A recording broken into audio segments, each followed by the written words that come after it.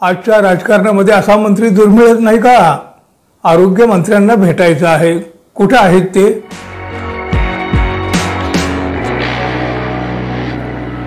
मित्र हो, नमस्कार.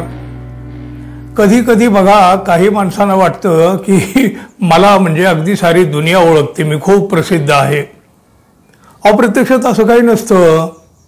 जो असतो तो त्याचा गैरसमज असतो आणि मग अशा प्रकारातून कधी कधी फजिती होते, ती मात्र भलतीच अफलातून असते.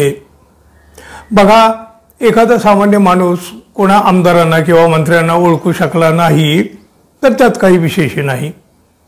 पण आमदार आणि मंत्री हे तर परस्परांना चांगले ओळखत असतात. अहो, एकमेकाशिवाय यांचं पान हे हालत नाही ना.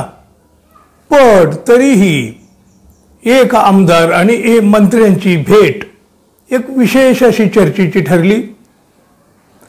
आता बघा, मंत्री म्हटलं की त्याचा लवाजमा, पोलीस फौजफाटा, आजूबाजूला अधिकारी, शिवाय कार्यकर्त्यांची गर्दी. आता हे सगळं तर ओघानं येतच असतं ना. मंत्री म्हटले की काय तो रुबाब असतो. आता बघा, राज्याचे आरोग्य मंत्री प्रकाश आंबेडकर हे मात्र या रुबाबाच्या व्याख्येत कधीही बसले नाहीत, बसत नाहीत. बघा, अगदी त्यांचं राहणंही साधं, वागणंही साधं. त्यांना कोणी भेटायला गेलं तरी त्यांच्याकडं मंत्र्यांचा रुबाब अजिबात नसतो किंवा ती फालतू अक्कड अजिबातच नसते. एक सामान्य कार्यकर्ता बोलावा असं ते सगळ्याशी बोलत असतात. हो, आजच्या राजकारणामध्ये असा मंत्री दुर्मिळच नाही का?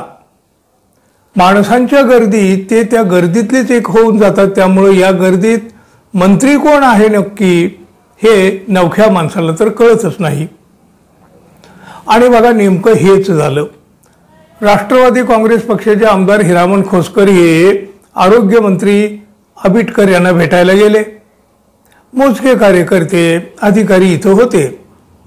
आता आंबेडकर हे मंत्री असले म्हणजे कॅबिनेट मंत्री असले तरीही त्यांचा मुक्काम आकाशवाणी आमदार निवासातील रूम नंबर 413 मध्ये आहे. अजून त्यांना मंत्र्यांचे निवासस्थान मिळालेले नाही, त्यामुळे ते बहुधा इथंच राहतात. आंबेडकर यांना भेटण्यासाठी म्हणून आमदार हिरामण खोसकर इथंच आले, या आमदार निवासातल्या खोलीमध्ये. ही एक छोटीशी खोली, इथं काही कार्यकर्ते आणि मोजके अधिकारी. आता हिरामण खोसकर आंबेडकर यांना भेटण्यासाठी पुढे गेले. त्यावेळेला हे आंबेडकर महोदय काही अधिकाऱ्यांशी बोलत होते. त्यांचं लक्ष अचानक हिरामण खोसकर यांच्याकडे गेलं आणि ती ताडकन खुर्चीतून उठली. मंत्र्यांनी या आमदारांना उठून नमस्कार केला. साहजिकच आमदार खोसकर यांनीही मंत्री आंबेडकर यांना नमस्कार केला. अहो, इथवर सगळं ठीक होतं, पण पुढे जे घडलं ना, आता त्याला फजिती म्हणायचं की आणखी काय म्हणायचं तुम्ही ठरवा. मंत्री आंबेडकर यांनी आमदार हिरामण खोसकर यांना उठून नमस्कार केला, पण खोसकर यांच्या चेहऱ्यावर काहीसा गोंधळ दिसत होता. आता तो गोंधळ काय होता याचं उत्तरही लगेच मिळालं. हिरामण खोसकर यांनी थेट आरोग्यमंत्री आंबेडकर यांनाच विचारलं, आरोग्य मंत्र्यांना भेटायचं आहे, कुठे आहेत ते? आता बघा, मंत्र्यांनाच विचारता आहेत की मंत्री कुठे आहेत म्हणून. आंबेडकर यांच्या चेहऱ्यावरचे भाव एकदम बदलून गेले. अहो, रंगच उडाला त्यांच्या चेहऱ्यावरचा. अखेर आंबेडकर यांनीच सांगितलं, अहो, मीच आहे आरोग्यमंत्री आंबेडकर. आता तुम्हीच कल्पना करा, आमदार हिरामण खोसकर यांचा चेहरा कसा झाला असेल. आजूबाजूला असलेल्या कार्यकर्त्यांच्या चेहऱ्यावर प्रश्नचिन्ह उमटलेलंच होतं, पण नंतर मात्र सगळेच हसायलाही लागले. अहो, ज्या मंत्र्यांना भेटायला आमदार आले त्याच मंत्र्यांना ते ओळखत नव्हते. अहो, इथवरही ठीक, पण त्यांनी थेट त्या मंत्र्यांनाच विचारलं मंत्री कुठे आहेत म्हणून. काय सीन असेल नाही तो. आंबेडकर हे मंत्री असले तरी अगदी साधे आहेत. बघा, साधा शर्ट, जीन पॅन्ट असा त्यांचा पेहराव असतो. ते पुढारी छाप कपडे वगैरे ते घालत नाहीत आणि सगळ्यात मिळून मिसळून गेलेले असतात ते.